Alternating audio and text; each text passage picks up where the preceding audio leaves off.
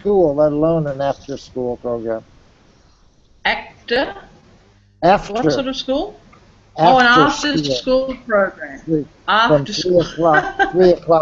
3 o'clock to 5 o'clock, or 3 o'clock to 6 o'clock. Yes. Okay, right.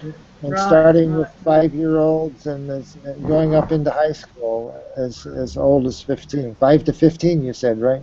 Yes, and it will be great to find some volunteers among of ICA team, volunteer who have a wish or who is ready to come to Ukraine and start this school with Ukraine team with mentoring of teaching, and it will be great. Certainly, it's very nice to develop program by internet together to use mentoring style through internet, but I think it will be more effective to work together, to start the school together physically, and to spend months or couple months together in Ukraine, and to pass your knowledge to a Ukrainian teacher.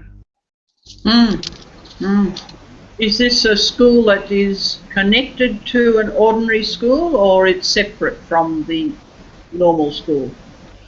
I never heard about Obney School, and this project, ICA Ukraine project, which we are developing right now. It's DOP school for children, and now we have decision about what kind of programs we will teach, and to use DOP methodology. And now we have very wide list of subjects, but nobody knows what kind of subject we should start.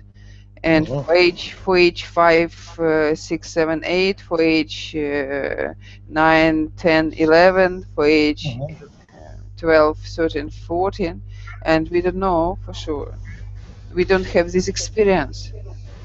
Do you know what kind of? You don't know what kind of space you'd have, because what I would like to do is I would give you advice on how to run a sort of a naturalist science program where they could be observing. I could see a postcard of a boy in Nepal that on his own has started to watch ants. Yes, of course. And this I focused on of your knowledge and of your experience, Lauren. And I remember your presentation from Nepal school, and I remember about walking outside and learn outside environment. And next step to make discuss by TOP. And certainly when we are looking for space of school, we will look in space close to park. Right. If you'd be close to a park, that would really be useful. Is the purpose of your after school program, Svetlana, is the purpose to look after the children because their parents are not available, or is it a supplementary program to the mainstream school? And we understand in our discussion, we understand that we should work with relatives very close. And we have planned to develop a special program for engage of parents, and to create something together. But we don't. We have this plan, but we don't have experience how to do it. Even we don't understand how to do it. Yeah. In Australia, the after-school program is normally like a babysitting program. They have lots of activities and parents pay for it because they are working. So it's very different, I think, to what you're talking about. You're talking more of a supplementary program, of coaching or something. And I think, like Lauren says, something based around science would be a great way to go. Yeah. Excuse me for a minute.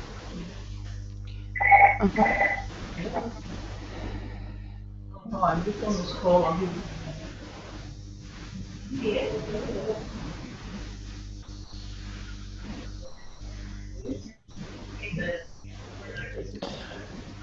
This does give me some ideas, though, that we could have a couple of people online here, Svetlana, and talk about your school to get some basic. Sorry.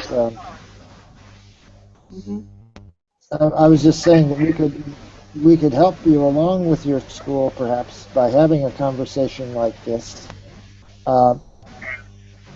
Could you send us anything that would see, right now I'm trying to get a picture of what it's like, but you don't have a place or a school in particular chosen at the moment. Is that correct? Yes, but we have couple ideas. How this place should be in the downtown of city, close to park, and it's space with couple separate rooms. Yeah. For different age. Definitely.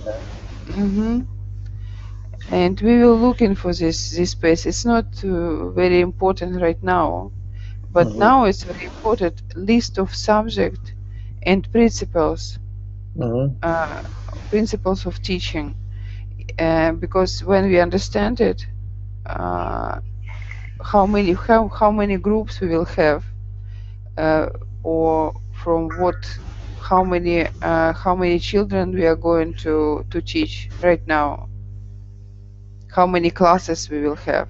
Yeah. And because we have a plan to combine the school,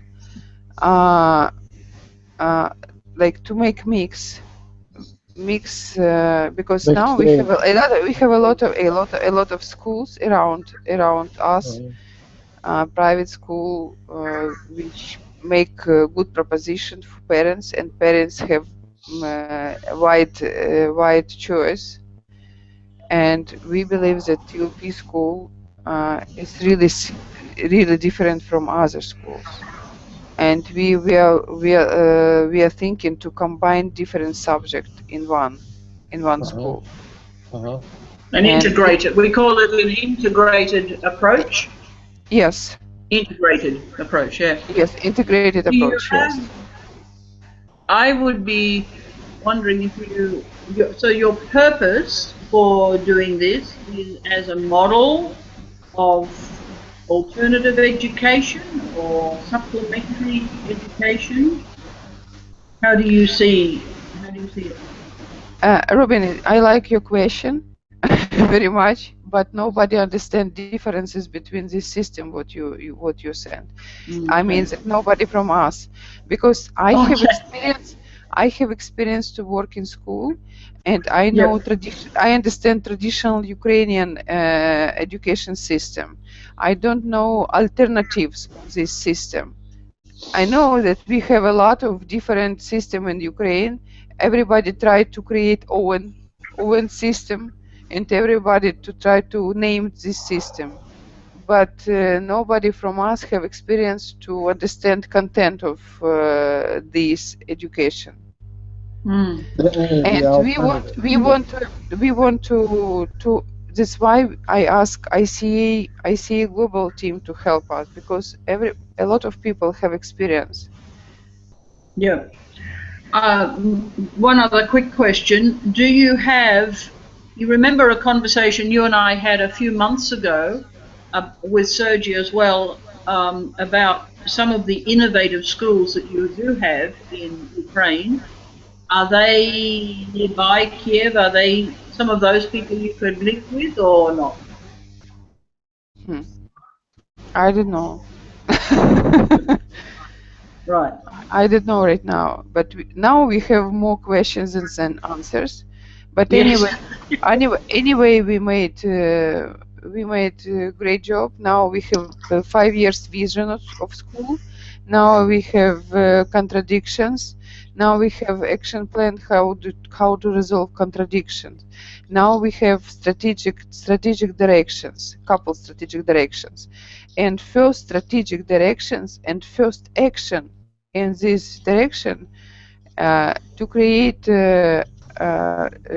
We should create list of subjects which we are going to teach, and I think it's the most difficult part for us right now.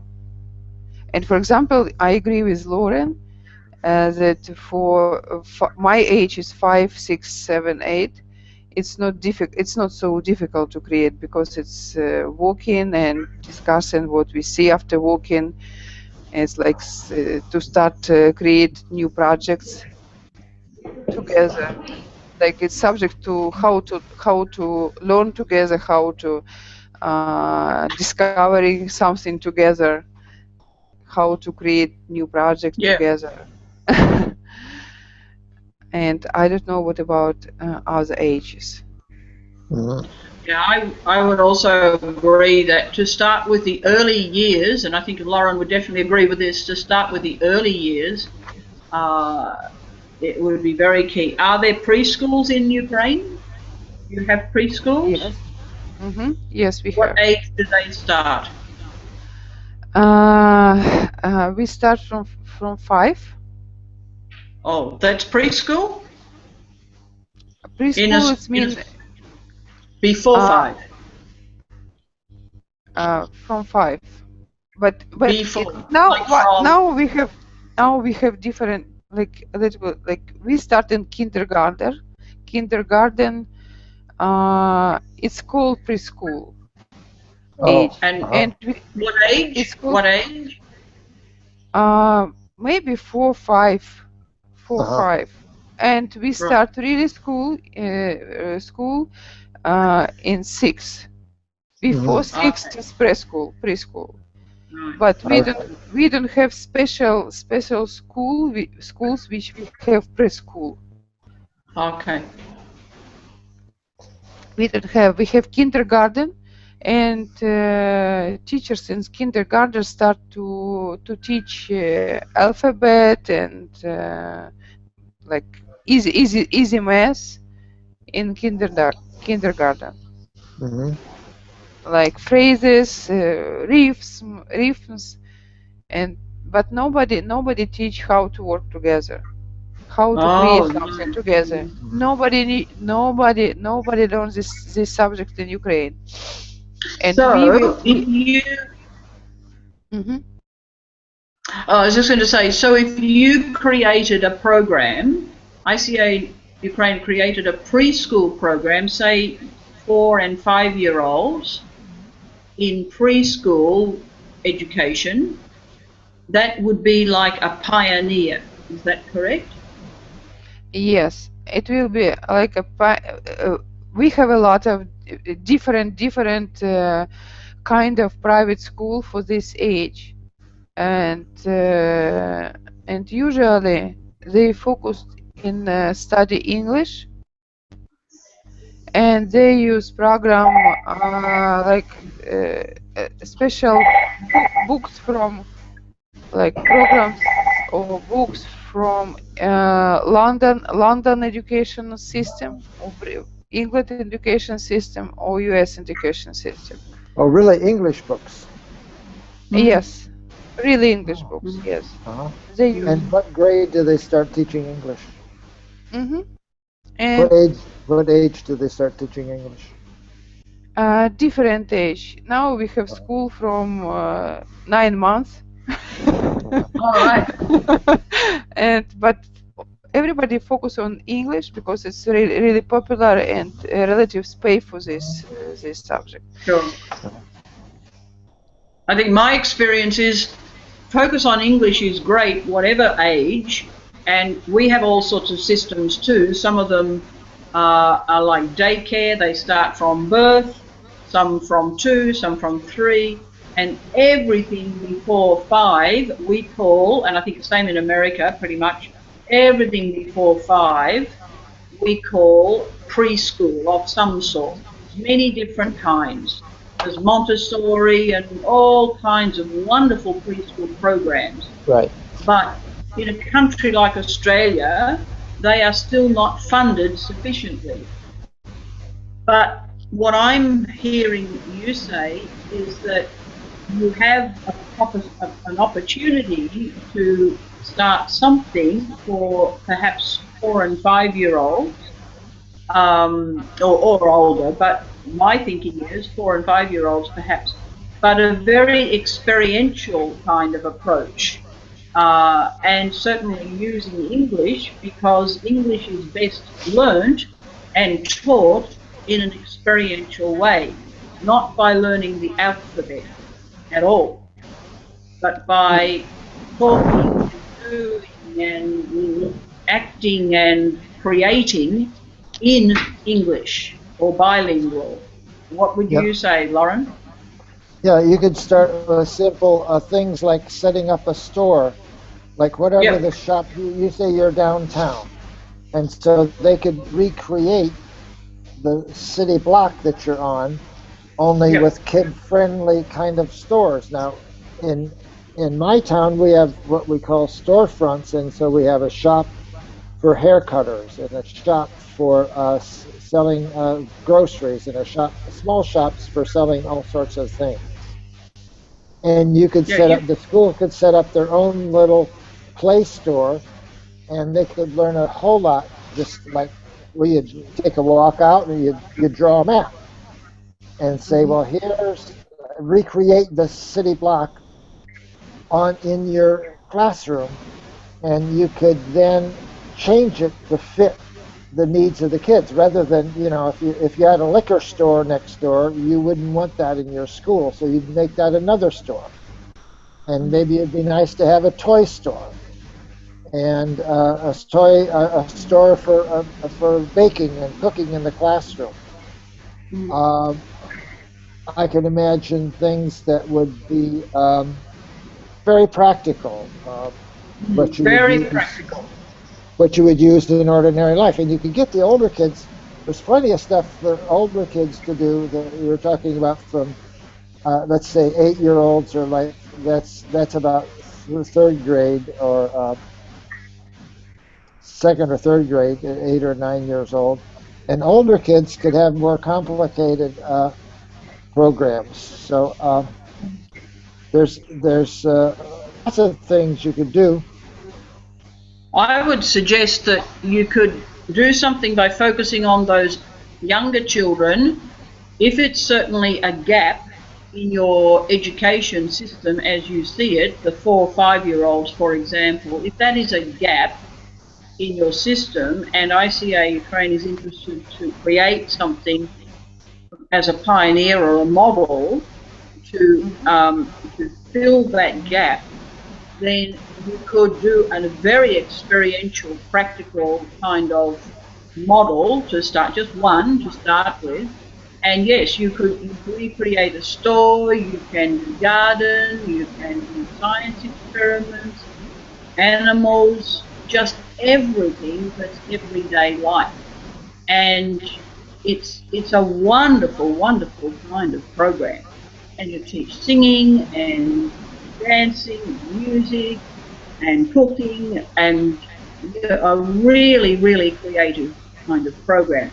What Wayne saw in Tekos in Russia, I think was older children, but I think that what he also saw was younger children as well as older doing this experiential kind of program.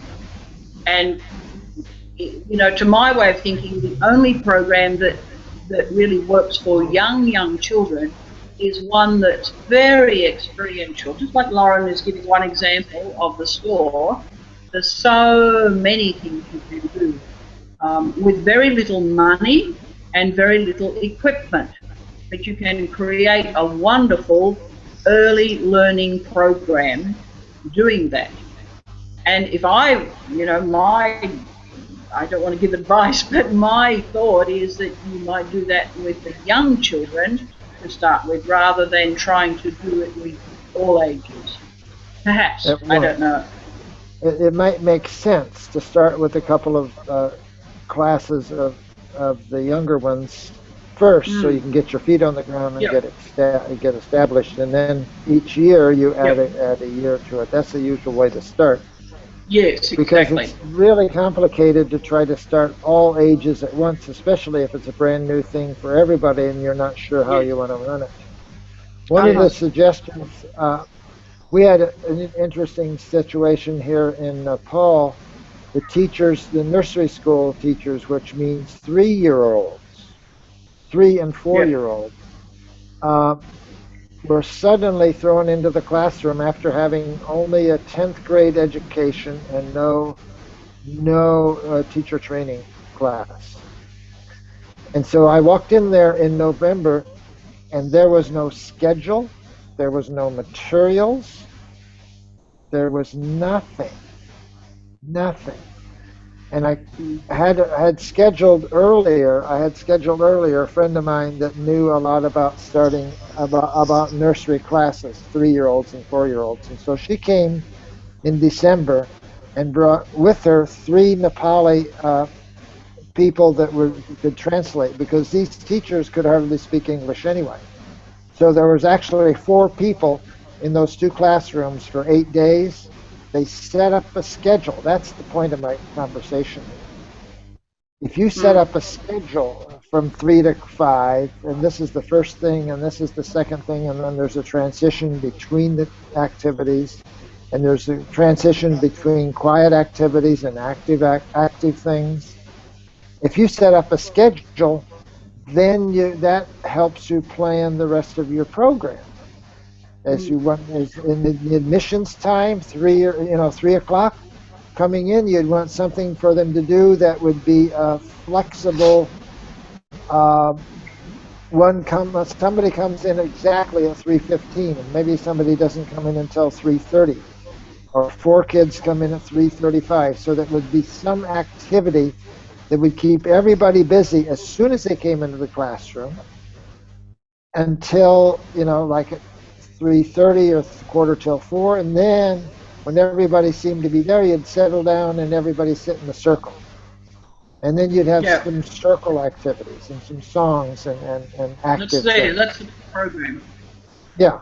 So you set up a schedule, and then you set up some activities to fit in that schedule, and you've got to start. Can I tell you what we did in Indonesia, Svetlana? When I was working, John and I were working in Indonesia, and this is about 30 years ago now, there were no preschools in North Sumatra at all. They were just beginning them in Jakarta and in some of the capital cities. So we were working with the church at that time and the community, and the vision of the women of the community and the church in North Sumatra was to provide preschool education for the children in the villages. And so we had to address the question, first of all, of space, of course, and teachers. Who would teach these preschools? So I'm just giving this as an example because I don't know the situation in Ukraine. But the situation was that this was the vision. I happened to be there as like a catalyst. We were working in community development. Not with the ICA, but ICA style. And so we sat down with these few women who would be like you, who have the vision. But there were about 6 of them, and the men were behind it as well, of course. So we sat down with them over several weeks and months and said, okay, we'll go through the strategic planning process. What is it that we really need to do to get these preschools happening? So after several months of planning, weeks of planning, they were ready to start. So they had no money. We had no money to provide. There was no money at all. So I imagine in this day and age and in Ukraine, you would need some money to get started to pay teacher salary. But anyway, what we did was to train some of the primary school teachers in preschool education. So the primary school teachers, their day job was teaching primary school. Their afternoon job, for example, in your case, from 3 o'clock to 7 o'clock or something, could be this preschool kind of program. Now, unfortunately, 3 o'clock to 7 o'clock is not necessarily the best time for preschoolers. You're better off in the morning if you're going to do something for preschool because of the age group. But anyway, that's another matter.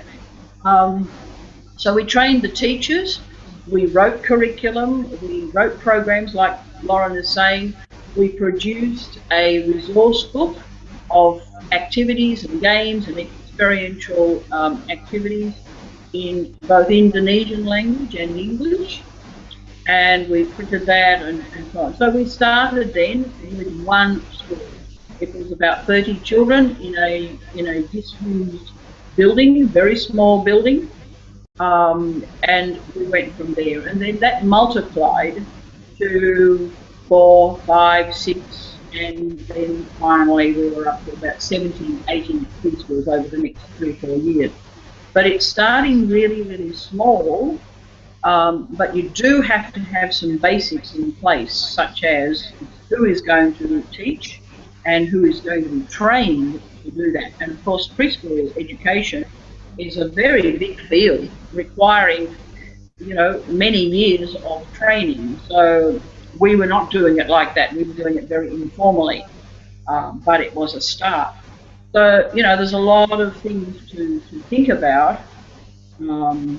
But maybe what I'm suggesting is maybe you gather a group of yourselves, ICA and other educators, and talk through what is it you really want to do as a pilot or a model or a pioneer. What is it you really would like to do? Just one.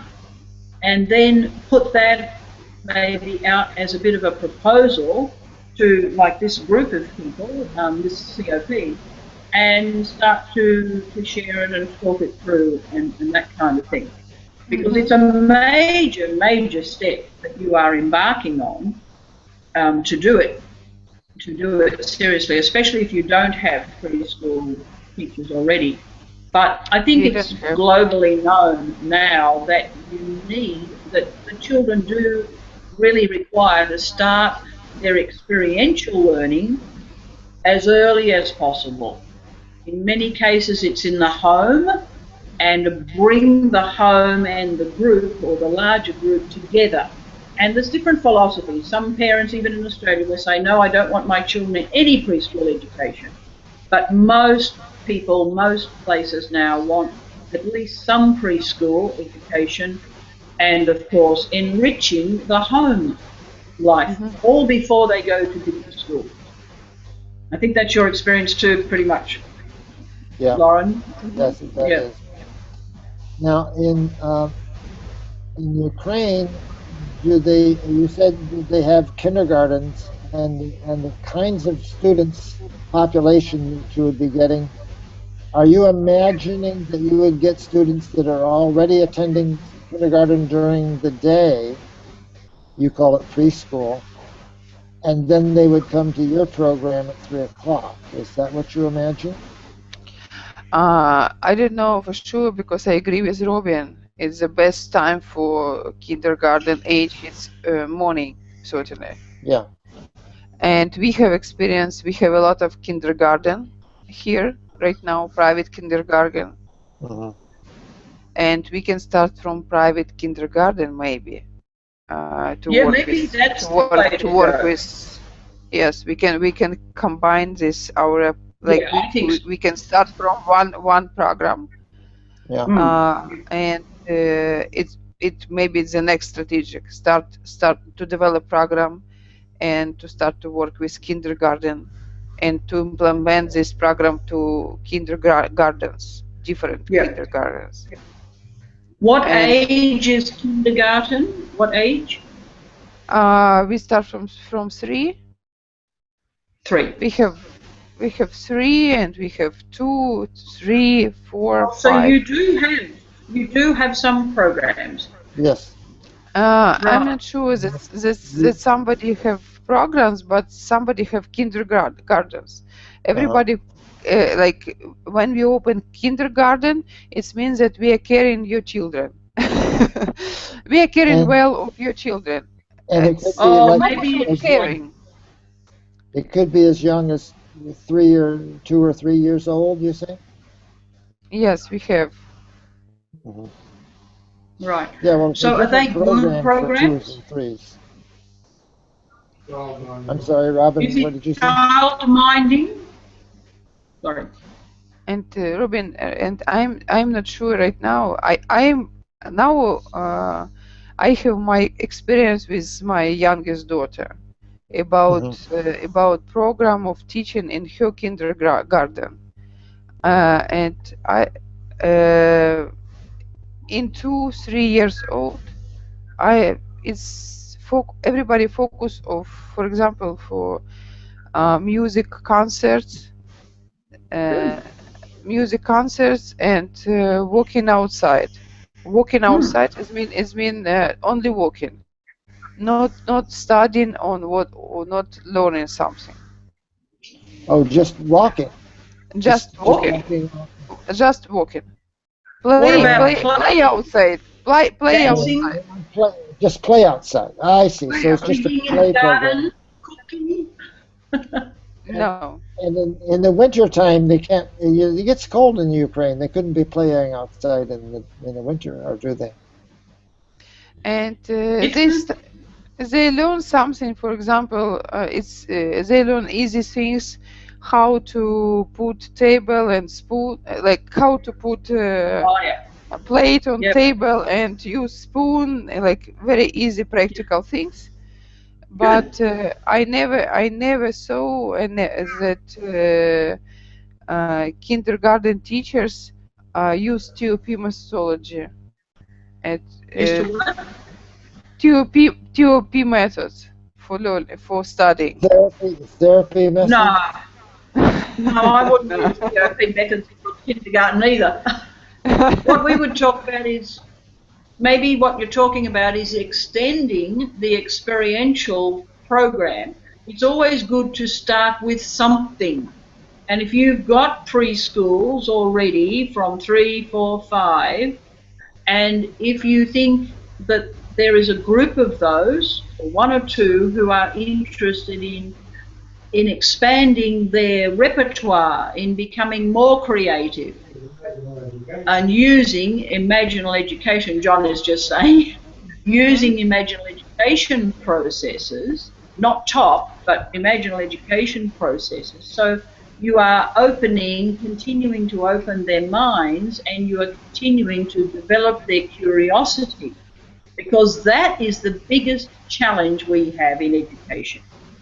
Children are born naturally with curiosity, and it starts to die unless it is cultivated, first of all, in the home, and people need help in the home. Parents need help in the home sometimes to cultivate the curiosity. And then when they get into the next level of any kind of education, if it's not experiential, if it's teaching kind of program, it starts the process of killing the learning process. So what Laura and I both saying is that it is working with the natural curiosity. And this is where the learning basket, for instance, comes in. It's where, the kind of work that Lauren's been doing all his life, the kind of work I've been doing, is experiential with whatever the children, the parents, the teachers have right at their hands. And you could expand, but not start new.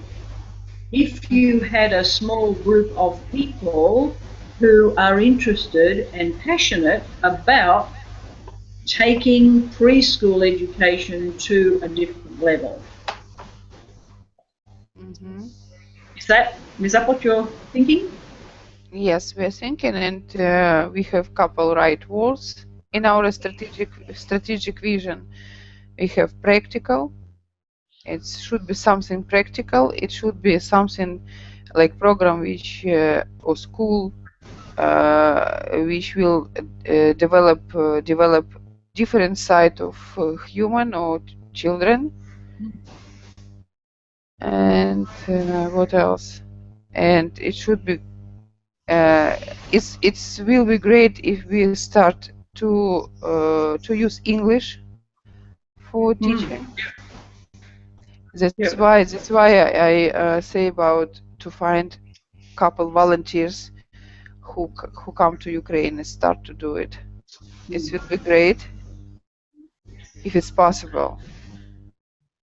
So it seems to me that if you want to do this, the first step is to get your volunteers, your teachers, your friends, whoever is in the somebody who thinks along the same lines as you are thinking, and get them together and work out a very simple proposal of what you want to do, and maybe just share that with Lauren and me to start with. Right. It's a really simple proposal. Share it with Lauren and myself just to start with, and then we can, and not long, very short, 1 page, because it's in English. It's okay. But address how you would find the teachers, how you would fund it, what time you might do it, how you would get the resources, and then together come up with what you think is a proposal and what you need to implement the proposal. So that might, obviously teachers is one thing, might include some funding from in Ukraine, might include some funding from somewhere else, it might include some resource people from outside of the Ukraine to help you with this. But I think what we've learned is the first step, and it's a very major step. Certainly our work in India, Kenya, Indonesia, all of these is to Mark, make hello. sure that you have. Oh, there's Mark. Hi, Mark. Hi. Okay, so, Robin, thank you very much. And now we are processed on writing this page. It's really difficult to create this page, and now we are on the way to create this page. Yes, and now we are really on this way. Mark, Great. Mark, I don't know if I've met you before. My name's Lauren, and I live in Brooklyn, but I'm in Washington, D.C. in a hotel right now. I'm attending a conference on teacher education and such. Hi, Mark. Hi. I think we all had technical problems getting into this today, so we've just had a very small conversation with 3 of us so far. So nobody else seems to have been able to get in, unfortunately. Well, that's So we very basically strange. we've been focusing on what Svetlana's vision is for starting a pilot program with existing preschools, perhaps, but in preschool education. Sounds very exciting. And she's just saying that maybe she will put together a 1-page summary of what the Ukrainian folk think as a little proposal to some of us to mentor backwards and forwards on. Okay. Well, Karen is actually supposed to be here, and she should be here in a few minutes. But she asked me to make sure I came on. Okay. Because of the challenges of using Google in China, only my computer can actually get on because we have to use a virtual private network to get on. Oh. Well, I'm wondering, Svetlana, seeing there's 4 of us and maybe 5 in a minute, I can't stay much longer. It's already already a while. And Lauren probably has to go to his conference.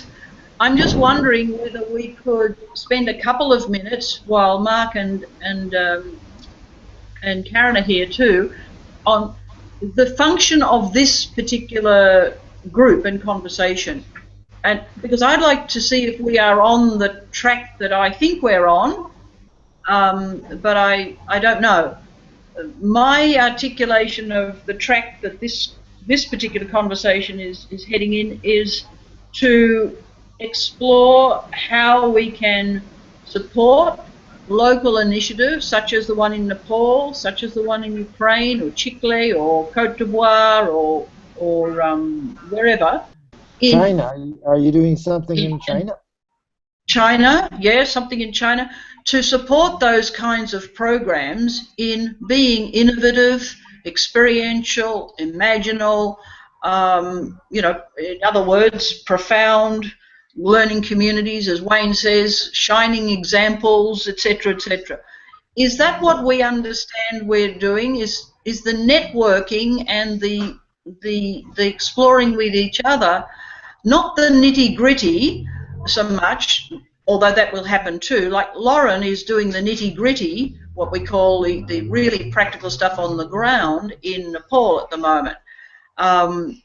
But the other part of what we're doing is connecting all of us together in a common kind of philosophy, of which then the practical on the ground work is all the most critical part. Is that your understanding, Mark, that that's why we're having this sort of conversation, or Lauren, or any of us?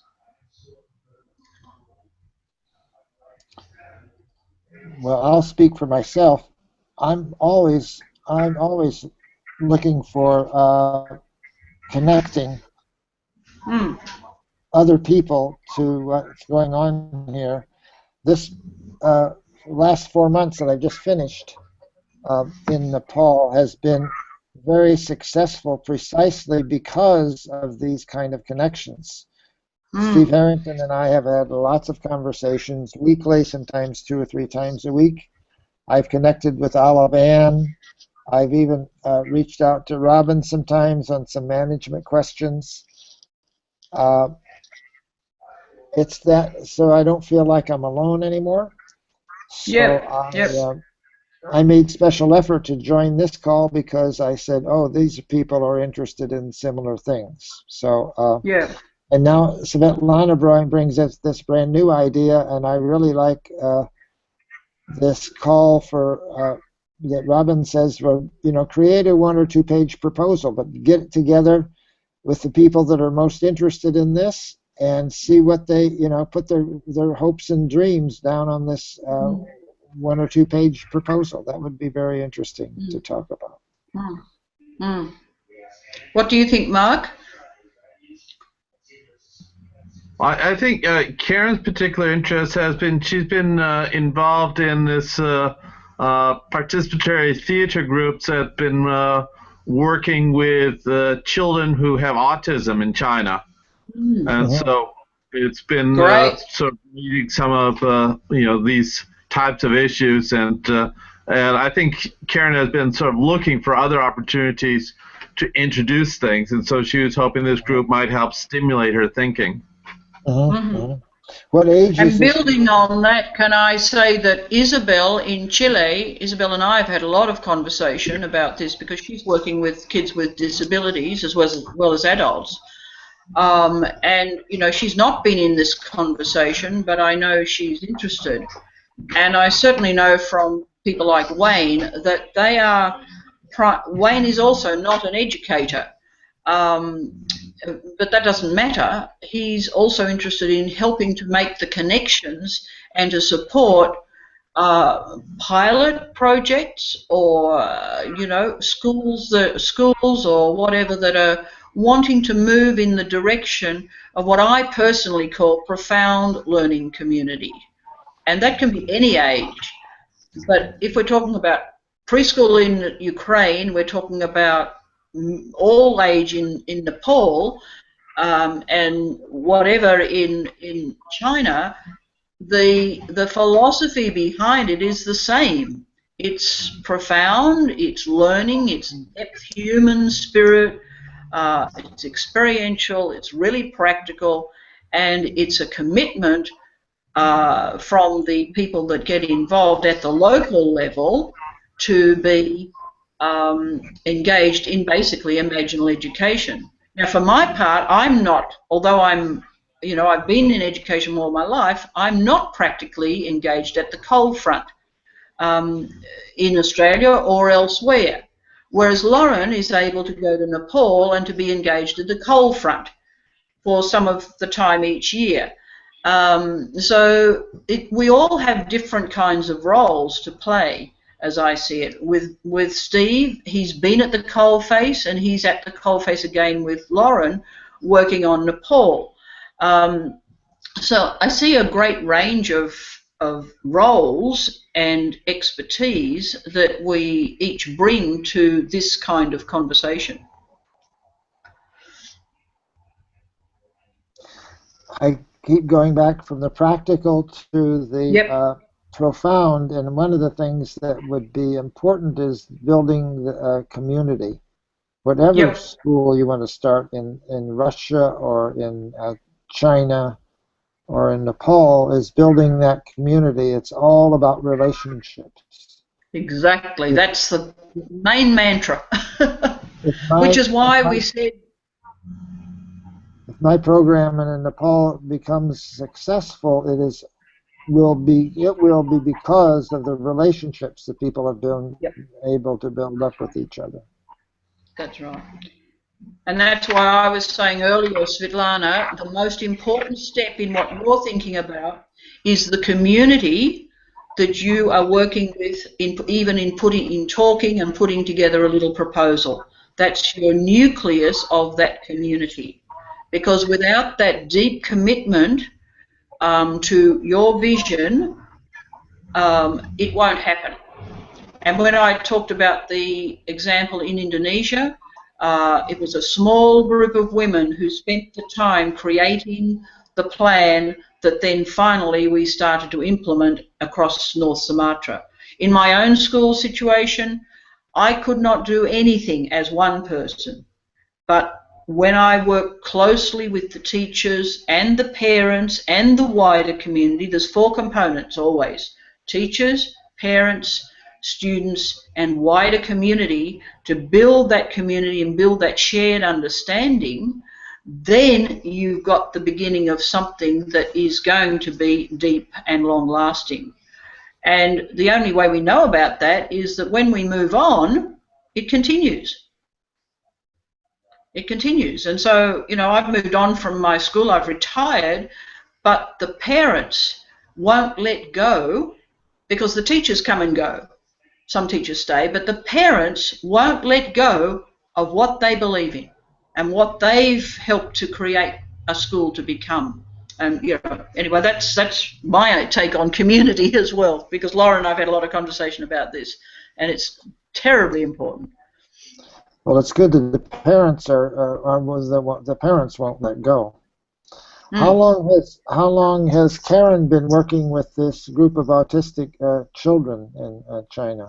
Or is she just starting, or what's her status? Well, this came out of we had done a whole series of EU-China Civil Society dialogues, and out of these dialogues, there was funding for some projects, and so one group that Karen was working with got connected up with a group out of the UK that does these participatory theaters called Chicken Shed.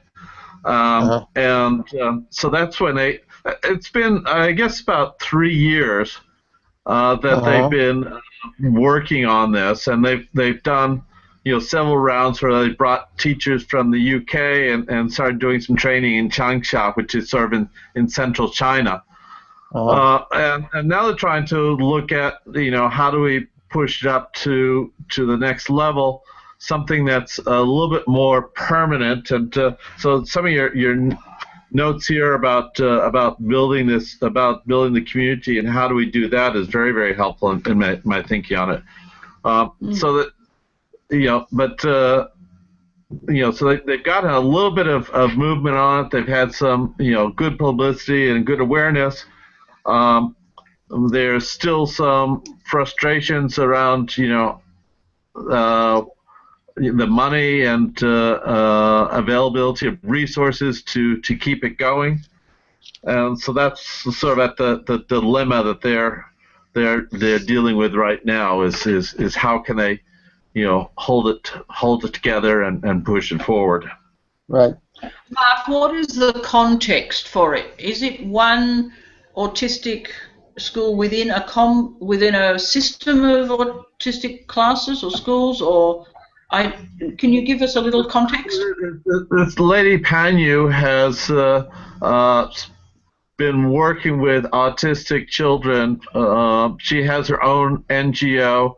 I think they've been set up for about 15 years in Changsha, which is in central China, and really it's been working at the community level, providing resources to these autistic children. And so she has her own center. I think she may have a couple of sub-centers.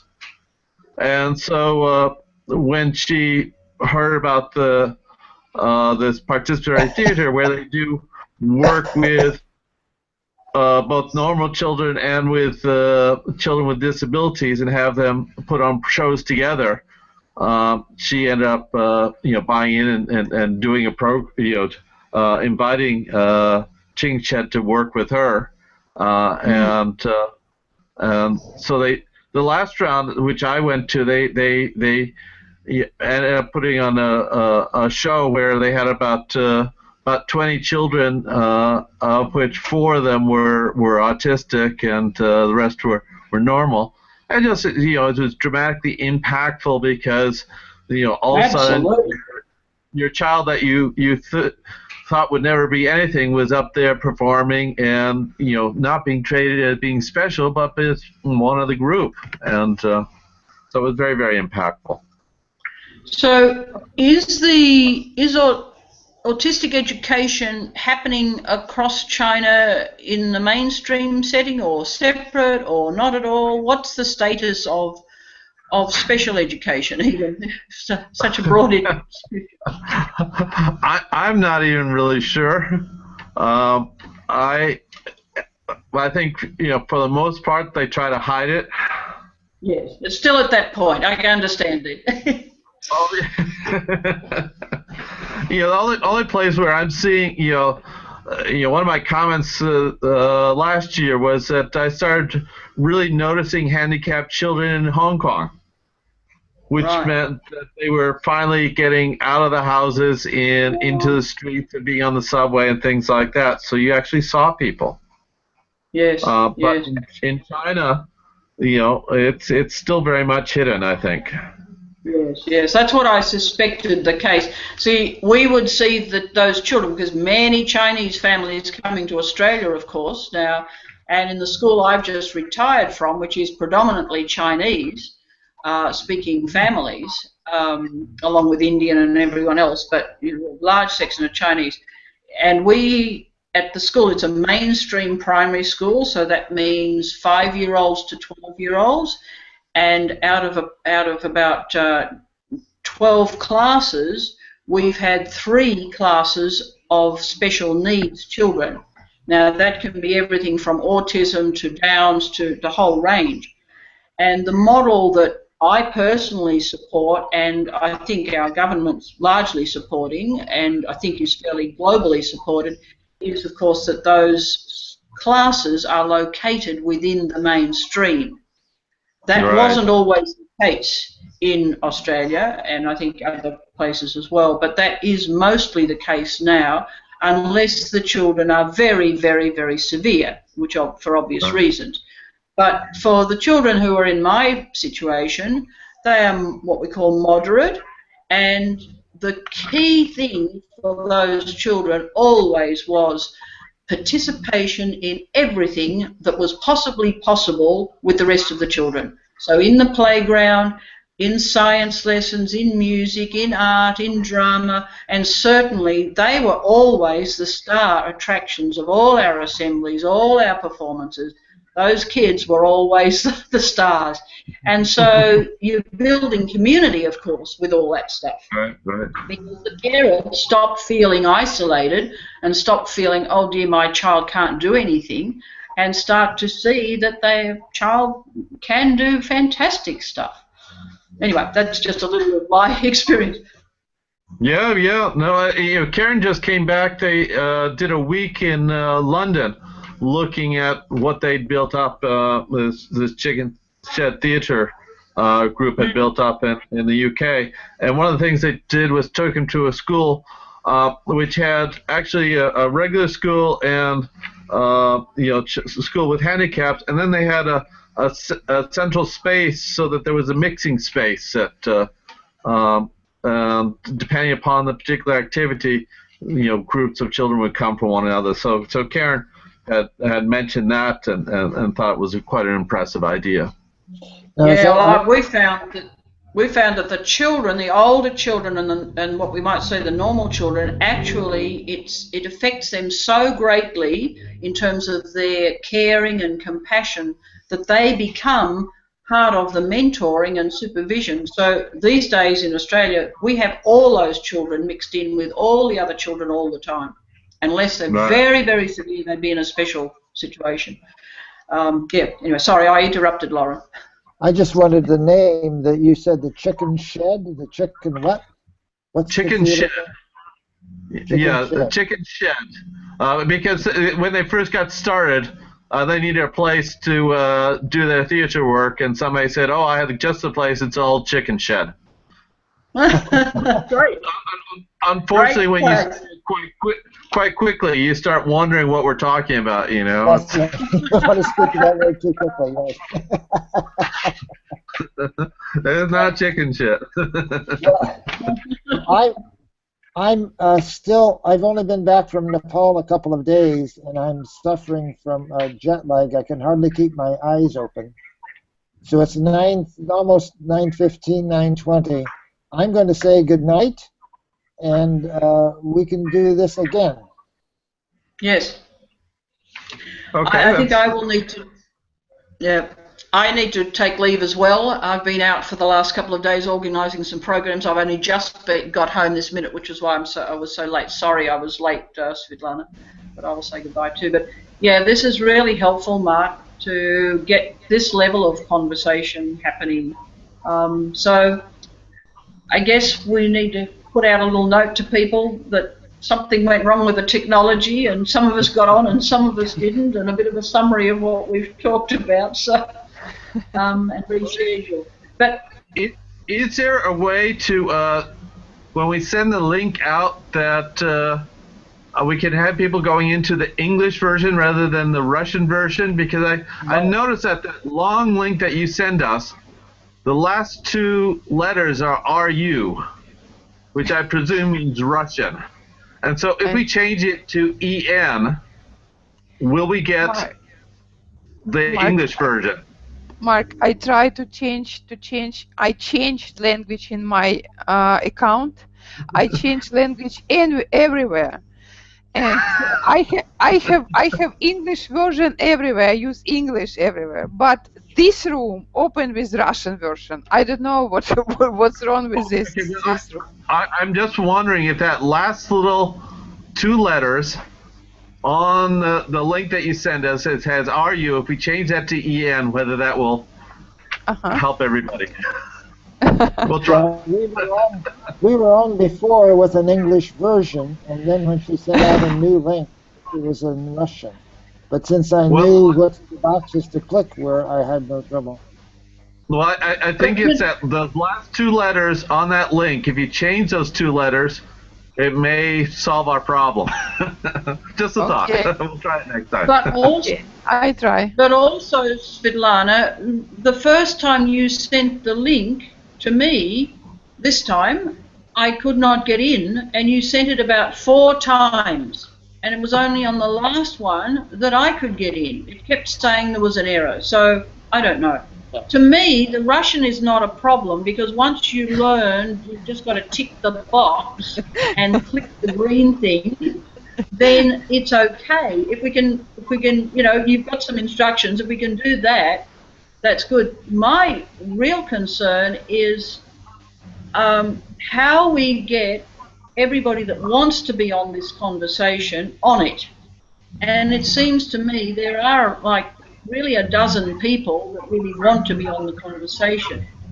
I know we could break it down to smaller groups, but this kind of thing is very good. But it would be great if we can. Are you still working on getting 15 onto Google? What does that take? What do we need to do that? Mm-hmm. Agree. What do you mentioned that you were working on getting a larger number onto G Hangout, and you thought you could get up to 15 people. Is that still a possibility, or it's not? Yes, we are working in this subject, Robin. It's not so easy. I don't know why, but it's not easy. I tried Is it a couple money? times, but no. No, not money. No. Now I found this way. I will call directly to Google office in Ukraine and we'll have a conversation with them and ask support. Right. It will be easy. Okay, I just tried it. It looks like that the EN trick does work. Ah, good. Just changing those two little letters from RU to EN will allow you to at least to enter in using English rather than entering in using Russian. Okay. And I just, Mark, I should RU change to EN. Okay. Right now.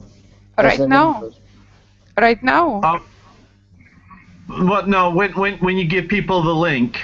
Okay. Thank you. That just means that up front, they go to the same place. It just means that what they see will be an English front page as opposed to the Russian front page, because a lot of people, when they see the Russian, it's like, oh my God, where do I go? Yeah, that's right. Can I ask one more question? Can I ask one more question before we go? In terms of the time, I know Wayne and 2 or 3 of us had a lot of trouble trying to come to a consensus on the time for this call. And finally, poor Svetlana is still up at, 2 a.m., and this was the best time so that we could involve people globally. If it's only in our region, it's not so bad. But because we want to extend this conversation globally, this was the best time we came up with. Is that still this group's feeling, that this is the best time? And do we want to schedule this kind of meeting once a month or whatever? Yeah, what do we want to do? First of all, the time is great for me, and why don't we put down a tentative schedule now, like in 2 or 3 weeks, and see what happens.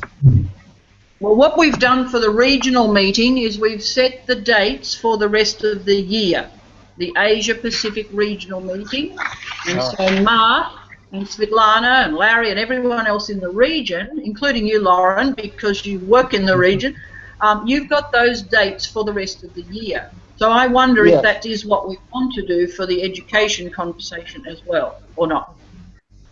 But let's, as Lauren says, let's get at least a date. Yeah, let's pick another date.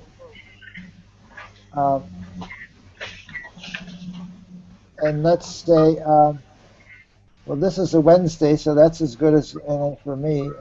No, that's actually, this is Thursday. Friday. Thursday for you, Friday for us. Is Friday good for you, Mark? Is Friday good?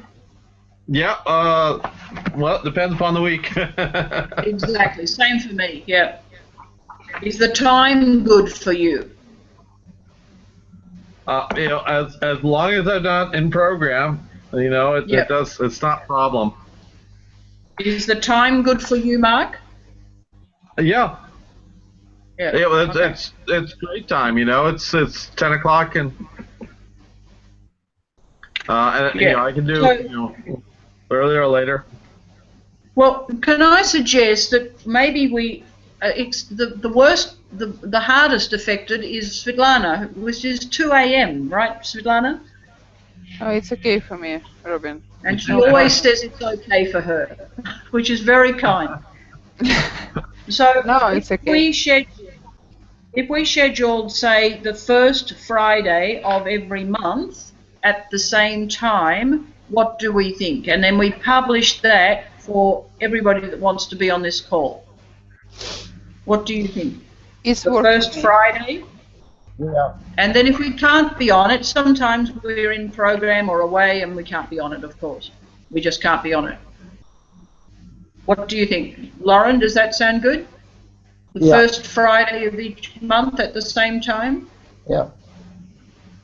Yeah. Okay. It works for me also. And thank you, Mark. I did it. It's working. Oh, great. Well done. Collaborative minds. Okay, thank you very much. Glad that helped. Oh, that's great. That's great. I'm still blunt. We're all learning. Well, sometimes I just find that you have to try to think like a software designer and say, where would I put this? It's okay. Thank you very much.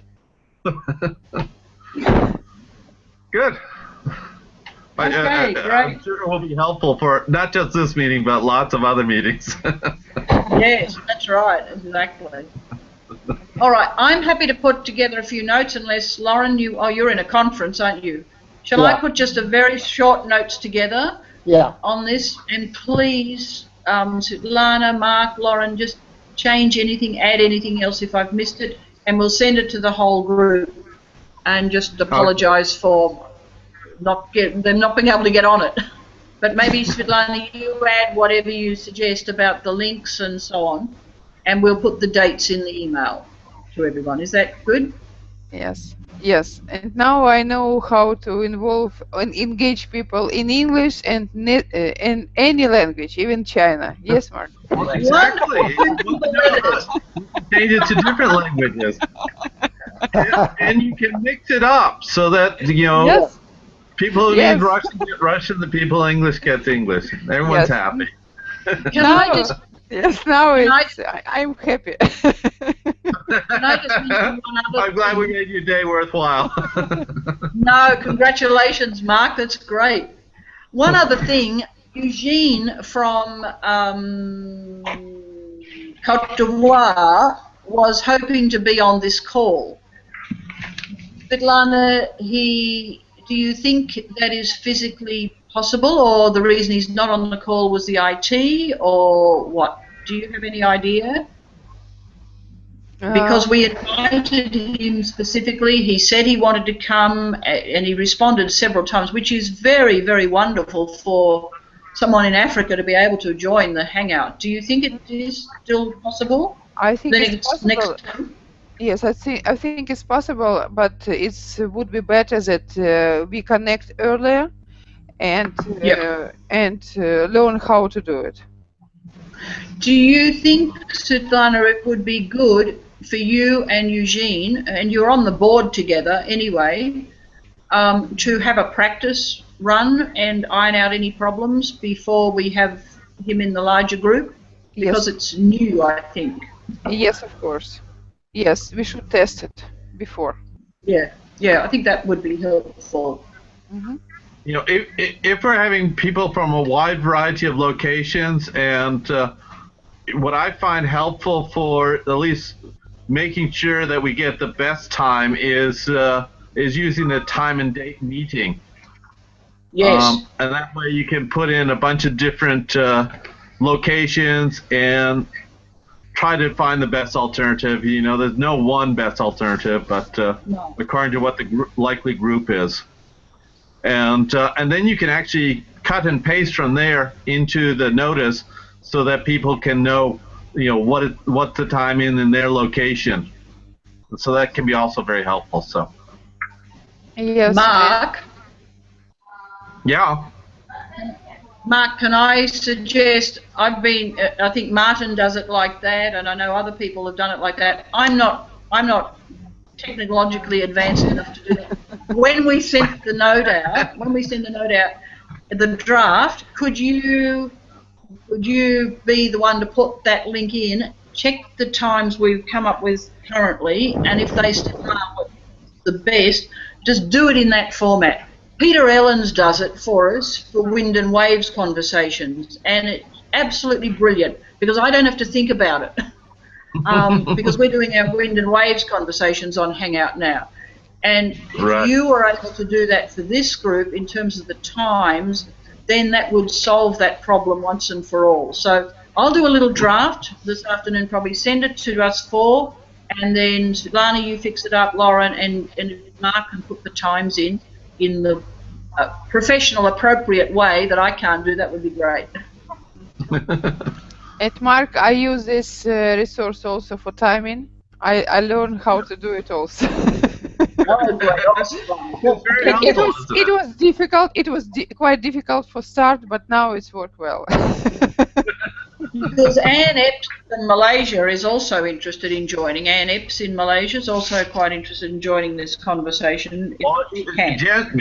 Anne's always a challenge because you have to figure out whether she's in Colorado or in Malaysia. That's true. That's true. Okay, I'm going to say bye. Thank you so much, Svetlana. And thank you. Nice talking with you. It's very stimulating. Thank you for ideas. Lovely. You are brilliant. Mark, thank you for you today. Hello to Karen as well. It was that simple. Bye bye. Okay. Have a good night. All difficult things are simple. There you go.